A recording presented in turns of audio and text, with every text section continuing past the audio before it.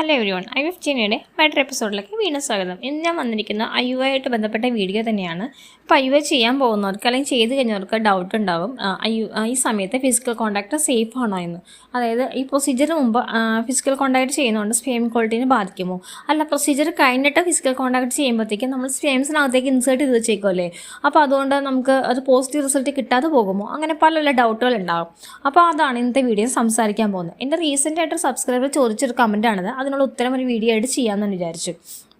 അപ്പോൾ ഒന്നാമത്തെ മെയിനായിട്ട് കാര്യം എന്ന് പറഞ്ഞാൽ നിങ്ങളുടെ എന്താ പറയുക ഡോക്ടർ അഡ്വൈസ് ചെയ്യുന്നത് അനുസരിച്ചിട്ട് തന്നെ നിങ്ങൾ ഫോളോ ചെയ്യണമെന്നാണ് എനിക്ക് ആദ്യം പറയാനുള്ളത്. കാരണം നിങ്ങളുടെ IUI ചെയ്യുന്ന ഡേറ്റിൻ്റെ അത് ഡോക്ടറാണ് തീരുമാനിക്കുന്നത്. അപ്പോൾ അതുകൊണ്ട് അതനുസരിച്ച് ഡോക്ടർ പ്ലാൻ ചെയ്തിട്ടുണ്ടാകും. ഡോക്ടർ നിങ്ങളോട് സംസാരിക്കുകയും ചെയ്യും. ഇനി എന്നിരുന്നാൽ തന്നെയും നമുക്ക് വിശദമായിട്ട് നോക്കാം. ചില ഡോക്ടേഴ്സ് IUI ചെയ്യുന്നതിന് മുമ്പ് ഒരു 2-3 ദിവസം മുമ്പ് കോൺടാക്റ്റ് സ്റ്റോപ്പ് ചെയ്യാൻ പറയാറുണ്ട് ചിലർ. ഇതിൻ്റെ കാരണം എന്ന് വെച്ച് കഴിഞ്ഞാൽ നമ്മൾ ഡെയിലി കോൺടാക്റ്റ് ചെയ്യുവാണെങ്കിൽ അത്, അല്ലെങ്കിൽ ഫിസിക്കൽ കോൺടാക്റ്റ് ഓവർഡ്യൂ ആയിട്ട് ചെയ്യുവാണെങ്കിൽ അത് സ്പേം കൗണ്ടിനെയും മോട്ടിലിറ്റീനെയൊക്കെ ബാധിക്കും. അപ്പോൾ അതുകൊണ്ട് അത് ഇമ്പ്രൂവ് ചെയ്യാൻ വേണ്ടിയിട്ട് ചില ഡോക്ടേഴ്സ് അങ്ങനെ അഡ്വൈസ് ചെയ്യാറുണ്ട്. എന്നിരുന്നാൽ തന്നെയും നിങ്ങൾക്ക് ഓൾട്ടർനേറ്റ് ഡേയ്സിൽ നമുക്ക് കോൺടാക്റ്റ് ചെയ്യാവുന്നതാണ്. ഓൾട്ടർനേറ്റ് ഡേയ്സിൽ അതായത് ഇങ്ങനെ സ്പേംസ് ഇങ്ങനെ നിർത്തിയിട്ട് കാര്യമില്ല, ഓൾട്ടർനേറ്റ് ഡേയ്സിൽ നിങ്ങൾക്ക് കോൺടാക്ട് ചെയ്യാവുന്നതാണ്. ഇങ്ങനെ ചെയ്യുന്നത് കൊണ്ട് എന്താണെന്ന് വെച്ച് കഴിഞ്ഞാൽ നമുക്കിപ്പോൾ ഓവുലേഷൻ കഴിഞ്ഞിട്ടാണ് നമ്മൾ IUI പ്ലാൻ ചെയ്യുന്നതെങ്കിൽ തന്നെ ഓവുലേഷന് മുന്നേ തന്നെ സ്പേംസ് നമുക്ക് എത്തുന്നതിന് വേണ്ടിയിട്ട് യൂട്രസിലേക്ക് എത്തുന്നതിന് വേണ്ടിയിട്ട് അത് ഹെൽപ്ഫുൾ ആയിരിക്കും. അപ്പോൾ അങ്ങനെ ഒരു കേസസ് ഉണ്ട്. ചിലർക്കാണെങ്കിൽ IUIക്ക് ഒരു ദിവസം മുന്നേ അതായത് IUI ചെയ്യുന്ന തലേ ദിവസം നിങ്ങൾക്ക് കോൺടാക്ട് ചെയ്യാം. എൻ്റെ പേഴ്സണൽ ഒപ്പീനിയൻ പറയുവാണെങ്കിൽ IUI ചെയ്യുന്നതിന് തലേദിവസം അല്ലെങ്കിൽ കോൺടാക്ട് ചെയ്യാമെന്നാണ്. അതായത് അന്ന് കോൺടാക്ട് ചെയ്യരുത്, തലേദിവസം ചെയ്യാണ്. അപ്പോൾ അത് ബോഡിയുടെ നാച്ചുറൽ റിതം മെയിൻറ്റെയിൻ ചെയ്യാനായിട്ട് സഹായിക്കും. അല്ലെങ്കിൽ 2 days മുന്നേ കോൺടാക്ട് ചെയ്യും. അല്ലാണ്ട് എന്താ പറയുക ഒട്ടും കോൺടാക്ട് ചെയ്യാതിരിക്കരുത്. അതുപോലെ തന്നെ ഓവർഡ്യൂവും ചെയ്യരുത്. അതാണ് എൻ്റെ അഭിപ്രായം കേട്ടോ. അപ്പോൾ അതുകൊണ്ട് നിങ്ങളൊരു ഫെർട്ടിലിറ്റി സ്പെഷ്യലിസ്റ്റിൻ്റെ നിങ്ങളുടെ ഡോക്ടർ എന്താണ് പറയുന്നത് അതനുസരിച്ച് മാത്രം ചെയ്യുക.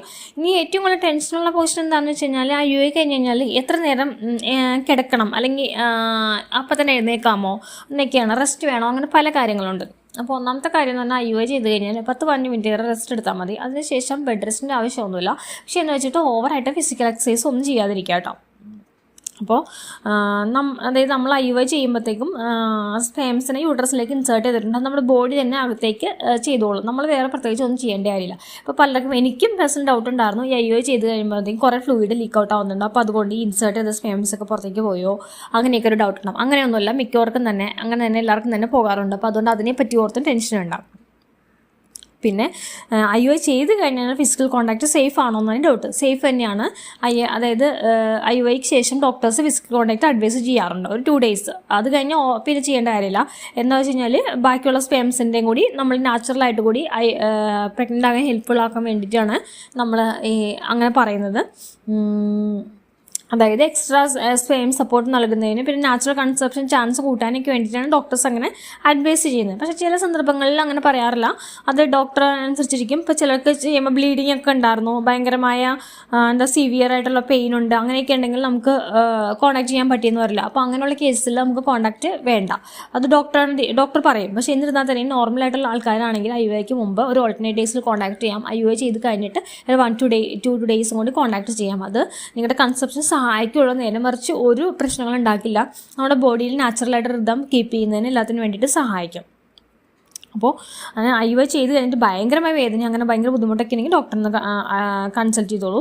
പിന്നെ എല്ലാ ട്രീറ്റ്മെൻറ്റ് ചെയ്ത് കഴിഞ്ഞ് കഴിഞ്ഞാലും നിങ്ങൾ ഓവർ തിങ്ക് ചെയ്യാതിരിക്കുക. ഞാനിത് ചെയ്തു അതുകൊണ്ട് അങ്ങനെ സംഭവിക്കുമോ, അല്ലെങ്കിൽ പോസിറ്റീവ് റിസൾട്ട് ആകുമോ, നെഗറ്റീവ് ആകുമോ എന്നോർത്ത് ഓവർ തിങ്ക് ചെയ്യാതിരിക്കുക. ബോഡി അതിൻ്റെ വഴിക്ക് വിട്ടേക്കുക. നിങ്ങളുടെ ബോഡി എന്ന് പറഞ്ഞു കഴിഞ്ഞാൽ ഒരു കുട്ടിയെ ഉണ്ടാവണമെന്ന് വെച്ച് കഴിഞ്ഞാൽ അതനുസരിച്ചുള്ള പ്രിപ്പറേഷൻ ബോഡിയിൽ ആവശ്യമുണ്ട്. അപ്പോൾ അതിനുവേണ്ടി തയ്യാറെടുത്തുകൊണ്ടിരിക്കുകയാണ്. അപ്പോൾ നമ്മളും കൂടി ടെൻഷൻ അടിച്ചിട്ട് അതിനെ വെറുതെ എന്താ പറയുക അതിൻ്റെ റിതം കളയാതിരിക്കുക.